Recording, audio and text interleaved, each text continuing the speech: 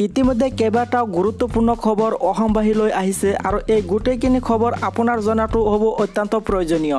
সেয়েহে আপোনালোকে আজিৰ এই খবৰখিনি সম্পূৰ্ণৰূপে জানিবলৈ চাই থাকক। বন্ধুসকল পলম নকৰি আহক আজিৰ এই ভিডিঅ'টো আৰম্ভ কৰোঁ।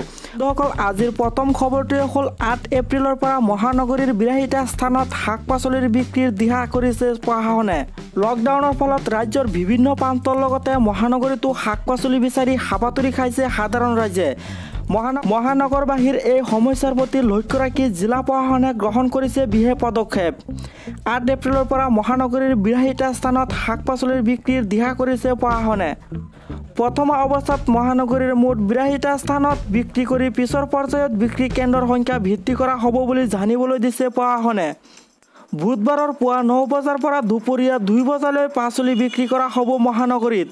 বিক্ৰেতা আৰু ক্ৰেতাৰ মাজত সামাজিক দূৰত্ব বজাই ৰাখিব লাগিব বুলিও নিৰ্দেশনা জাৰি কৰা হৈছে। কৰোনা আক্ৰান্ত হোৱা ব্ৰিটেইনৰ প্ৰধানমন্ত্ৰী ৰবিছ জনছনক ICUত ভৰ্তি। বিশ্বজুৰি কৰোনা ভাইৰাছৰ সংহাৰী ৰূপ। কৰোনাত আক্ৰান্ত হোৱা ব্ৰিটেইনৰ প্ৰধানমন্ত্ৰীক জৰুৰীকালীনভাৱে ICUত ভৰ্তি কৰোৱা হৈছে। 55 বছৰীয়া প্ৰধানমন্ত্ৰী ৰবিছ জনছনক লণ্ডনৰ এখন হাস্পতালৰ ICUত ভৰ্তি। দেওবাৰে সন্ধিয়া প্ৰধানমন্ত্ৰীগৰাকীৰ দেহত কৰোনাৰ লক্ষণ ধৰা পৰাৰ পাছতে লণ্ডনৰ ছেইণ্ট থমাছ হাস্পতালত চিকিৎসা চলি আছিল প্ৰধানমন্ত্ৰীগৰাকীৰ। সম্প্ৰতি প্ৰধানমন্ত্ৰীৰ গুৰুতৰ অৱস্থা দেখি ভৰ্তি কৰোৱা হৈছে ICUত। ডাউনিং ষ্ট্ৰীটে সোমবাৰে এই তথ্য প্ৰকাশ কৰে। ইয়াৰ পিছত ব্ৰিটেইনৰ বিদেশ প্ৰধানমন্ত্ৰী ডমিনিক ৰবে অস্থায়ীভাৱে কাৰ্যভাৰ গ্ৰহণ কৰিছে। স্কুল কলেজ খোলাৰ সম্পৰ্কত সিদ্ধান্ত 14 এপ্ৰিলৰ পাছত লোৱা হ'ব। কেন্দ্ৰীয় মানৱ সম্পদ উন্নয়নৰ দপ্তৰ মন্ত্ৰী কেশৱ পোখৰিয়াল নিশংকই আজি কয় যে দেশত কৰোনা ভাইৰাছৰ সংক্ৰমণে সৃষ্টি কৰা পৰিস্থিতিৰ বিষয়ে 14 এপ্ৰিলত পৰ্যালোচনা কৰা হ'ব আৰু তাৰ পাছতহে স্কুল কলেজ খোলাৰ সম্পৰ্কত সিদ্ধান্ত লোৱা হ'ব। সাক্ষাৎকাৰত তেওঁ কয় যে ছাত্ৰ ছাত্ৰী আৰু শিক্ষক শিক্ষয়িত্ৰীসকলক নিৰাপত্তাৰ বিষয়টোত তেওঁ মন্ত্ৰালয়ে সৰ্বাধিক গুৰুত্ব আৰোপ কৰে আৰু ইয়াৰ সুনিশ্চিত কৰাটো বিচাৰে।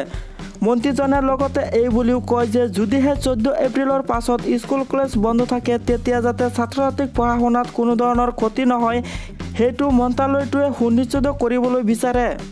দেশত বলবৎ থকা লকডাউন 14 এপ্ৰিলত অন্ত পৰিব।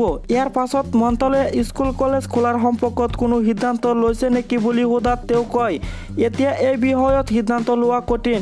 আমি 14 এপ্ৰিলত পৰিস্থিতিৰ পৰ্যালোচনা কৰিম আৰু পৰিস্থিতি অনুসৰি এই সম্পৰ্কত কোনো সিদ্ধান্ত লোৱা হ'ব। বন্ধুসকল তৃতীয় খবৰটো হ'ল মহাকাশৰ বুকুত প্ৰত্যক্ষ হ'ব পিংক ছুপাৰমুন। ভাৰতত এই চন্দ্ৰ প্ৰত্যক্ষ হ'ব পুৱা 8:05 পিংক ছুপাৰমুন নাম দিয়া হৈছে উত্তৰ আমেৰিকাত বসন্তকালত স্ফুৰ্তি হোৱা এক বনৰীয়া গোলপীয়া ফুলৰ পৰা। এপ্ৰিল মাহৰ ছুপাৰমুনক সাধাৰণতে পিংক ছুপাৰ বুলি কোৱা হয়।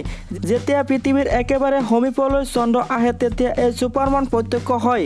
ডিম্বাকাৰ এই কক্ষপথৰ এক আটাইতকৈ গুৰুত্বৰ আৰু এক অতি ওচৰ পইণ্ট আছে আৰু নিৰ্দিষ্ট সময়ত চন্দ্ৰই প্ৰদক্ষিণ কৰি পৃথিৱীৰ সমীপৰ এই পইণ্টত অৱস্থিত হয়।